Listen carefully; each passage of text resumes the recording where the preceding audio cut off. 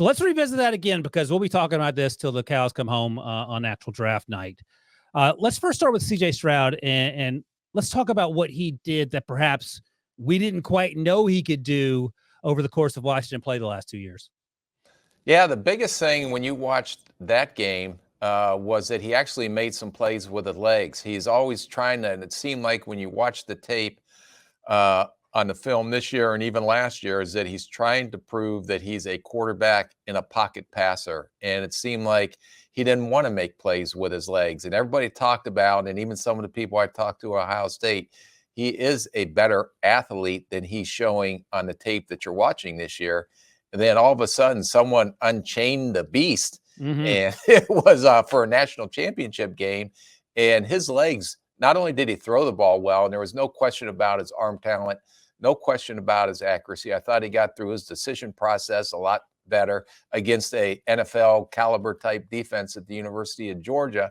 But the difference in this game and what kept him in the game and probably had a chance to should have won that game was his ability to make plays with his legs. And that's so important now in the NFL, because you see all these quarterbacks are coming out, and the guys that are having success not only can throw the ball, but they can make plays with their legs.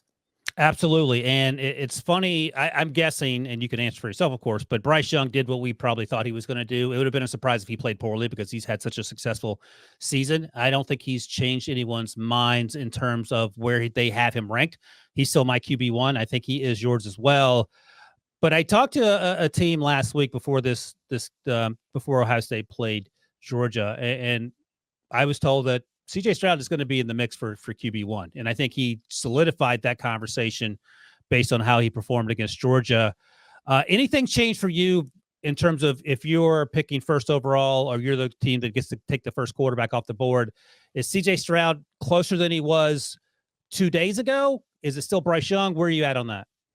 Well, and we'll probably go down this rabbit hole here in a little bit, but if Bryce Young, who I give all the credit in the world to, not only as a football player, as a competitor, playing in a Sugar Bowl, which is a big game, but it wasn't the Final Four, yet him, Will Anderson, Jahmyr Gibbs, all of those guys went out and played in that game. And that tells you the type of character and the type of competitor those kids are. And regardless, you know, if you're sitting there and let's say Bryce Young opts out and doesn't play in that game, and the last vision you have of him was playing against Auburn, and then you have CJ Stroud, who, you know, that would have been moronic if he didn't play, because they're playing for a national championship or trying to get in. Right. But if you've seen the way CJ Stroud played, and let's say, you know, hypothetically, Bryce Young didn't play, then you would have a legitimate argument on, hey, maybe CJ Stroud should be the number one guy. But because Bryce Young not only playing, but playing and put an exclamation point on his college career and some of the throws he made, and I was very fortunate to be at the Sugar Bowl and be on the sideline and to see some of the things that he does in person up close is incredible. And that's why I think, even though he is small, he is the exception to the rule.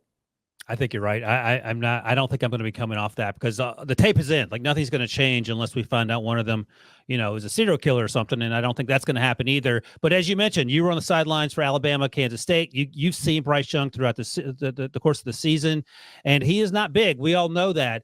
But also something we talked about earlier, he doesn't get balls knocked down at the line of scrimmage. It's not like he's Baker Mayfield, who struggled with that over the course of the NFL career.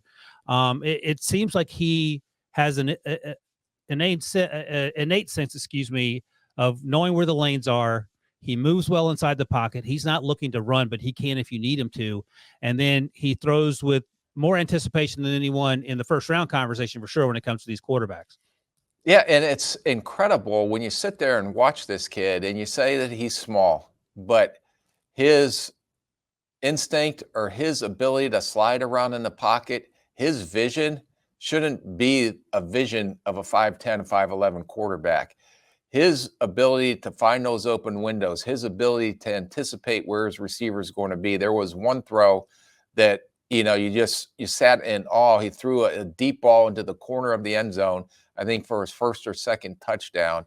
And that ball was out before that receiver got out of his break. And to place that ball 40, 50 yards down the field in the corner of the end zone, and I couldn't believe the receiver caught it, but it was such a perfectly placed ball where only the receiver was going to catch it, and that just kind of summed it up. I didn't have to watch the rest of the game, although he went on to play a great game for them. All right, now we'll move on after this, but I want to ask you quickly because you're an old school guy, you're an old school scout. You like to have these guys playing these games. You've talked about that before, but you're also, I would imagine, of the opinion that quarterbacks need to be at least 6'2" and weigh at least 210 pounds or whatever. So you are, without reservation, giving Bryce Young your stamp of approval, even though he doesn't meet those height weight requirements, right? And I have a little bit of, I don't want to call it insider information, but I was down there when he played against Mississippi State.